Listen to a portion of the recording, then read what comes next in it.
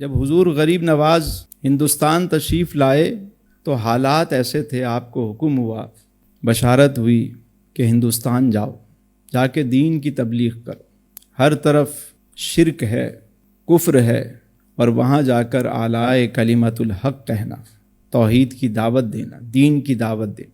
اور غریب نواز جب وہاں پہنچے تو تنے تنہا ہے، کوئی لشکر لے کر نہیں آئے، کہاں سے سفر کرتے کرتے کرتے کرتے ہندوستان میں اجمیر کے مقام پہ پہنچے، اور وہیں جا کر آپ نے ایک جگہ اپنی چھوٹی سی کٹیا بنائی، جھوپڑی بنائی، وہیں پہ بیٹھ گئے، دین کی تبلیغ کا آغاز کیا۔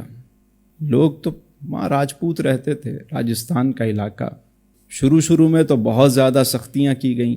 پہلے تو وہ سمجھے کہ کوئی جوگی ہے، کوئی سادھو ہے، کوئی ہمارا ہی ہے، کوئی بیٹھا ہوا ہے یہاں پہ۔ لیکن بعد میں پتہ چلا یہ تو مسلمان ہے اور دین کی تبلیغ کر رہا ہے بیٹھ کے۔ تو آپ کے خلاف محاذ کھلنا شروع ہو گئے۔ ایک تالاب تھا، انا ساگر کہتے تھے اسے، اس کے قریب ہی آپ نے ایک جھوپڑی بنائی ہوئی تھی، وہیں بیٹھے ہوئے تھے، لوگوں کو اللہ کی طرف بلاتے اور فرماتے کہ خدا وحدہ لا شریک ہے، وہی عبادت کے لائق ہے، اسی کی عبادت کی جائے، جھوٹے معبودوں کو چھوڑو، رب سے ناطہ جوڑو اپنا۔ یہ بات انہیں کسی طور پہ بھی، کیسے وہ اپنے باپ دادا کے دین کو چھوڑ دیتے۔ بات پھیلتے پھیلتے بادشاہ تک پہنچی، پرتھوی راج کی حکومت ہے۔ انہوں نے کہا کہ اس کو یہاں سے بھگائیں، قتل کریں۔ تو کسی نے کہا کہ اتنا کچھ کرنے کی ضرورت نہیں ہے، دانا پانی بند کر دیں، یہ انا ساگر سے پانی لیتے ہیں، یہیں بیٹھتے ہیں، پانی بند کر دو تو خود ہی یہاں سے چلے جائیں گے۔ تو 2-4 خدام ہو گئے، کچھ لوگوں نے اسلام قبول کر لیا، وہ آپ کی خدمت میں رہنے لگے۔ تو آپ نے ایک دن اپنے خادم سے کہا کہ جاؤ ذرا یہ لوٹا پانی کا بھر کے لاؤ انا ساگر سے۔ کوزہ لے کر گیا وہ، تو آگے سپاہی کھڑے ہوئے تھے۔ انہوں نے کہا کہ ہم تالاب سے تمہیں کوئی پانی لینے نہیں دیں گے، جب تم ہاتھ لگاتے ہو تو ہمارا تالاب ناپاک ہو جاتا ہے، بھاگ جاؤ یہاں سے۔ اس نے آ کے حضور غریب نواز کو بتایا کہ وہاں تو پہرا لگا ہوا ہے، آپ بھی حسنی حسینی سید تھے، پہرے تو لگتے رہتے ہیں سیدوں پہ، کوئی نئی بات تو تھی نہیں۔ آپ نے فرمایا کہ جاؤ، اچھا ان سے یہ کہو کہ اگر ہمیں پانی ہمارے ہاتھ سے نہیں لینے دیتے، نہ دو، کم از کم ایک مرتبہ یہ کوزہ تو بھر کے دے دو ہمیں اپنے ہاتھ سے۔ انہوں نے کہا چلیں یار، ایک کوزہ دے دیتے ہیں، کیا فرق پڑتا ہے اس سے۔ جیسے ہی وہ کوزہ بھرا گیا، سارے کا سارا انا ساگر اس کوزے میں آ گیا، سارے کا سارا۔ نیچے ریت نظر آنے لگی، خشک ہو گیا تالاب۔ وہ جھیل تھی، بڑی جھیل، تقریباً 13 کلومیٹر طویل، خشک ہو گئی۔ تو شور مچ گیا کہ یہ ہوا کیا، یہ کیسے ہوا؟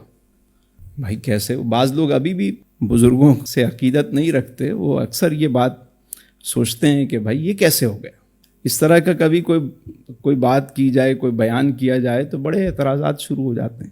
میں تو یہ سمجھتا ہوں کہ میرے غریب نواز اپنی ذات کے لیے وہاں نہیں گئے تھے، وہ تو اللہ کے لیے گئے تھے، اللہ کے دین کے لیے گئے تھے۔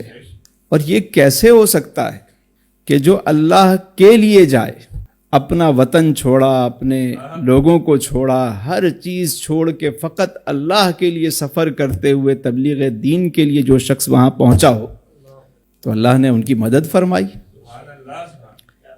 بھئی یہ کوزے میں انا ساگر کا آنا، وہ جو ایک محاورہ ہمارے یہاں ہے کہ دریا کو کوزے میں بند کر دینا، یہ محاورہ بنا ہی یہیں سے۔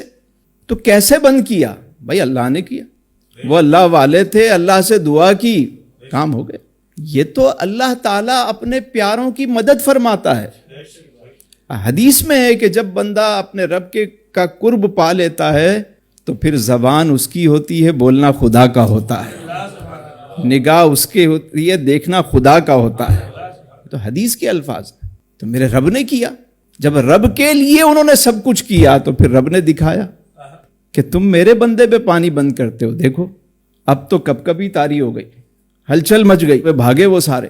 بادشاہ کو یہ خبر ملی تو بادشاہ نے کہا کہ بھائی کچھ کرو۔ میں نے کہا بھائی ہم کیا کریں، ہم تو کچھ نہیں کر سکتے، پانی ہم نے روکا، ایک کوزے میں سارا پانی، اب کیسے واپس آئے؟ تو کسی نے کہا اسی فقیر سے کہو وہی کچھ کرے گا. جب آئے معافی تلافی کی تو آپ نے فرمایا کہ اچھا اس کوزے کو لو اور دوبارہ جو ہے وہ تالاب میں ڈال دو. جیسے ہی دوبارہ تالاب میں ڈالا گیا وہ جھیل واپس بھر گئی اپنے پانی سے. تو یہ ہے وہ کہ بندہ جب اللہ کا ہو جاتا ہے پھر اللہ ایسا ہی کرم فرماتا ہے. یہ میرے غریب نواز کی کرامت ہے. اور کرامت ہوتی وہ یہ جو عقل میں نہ آئے.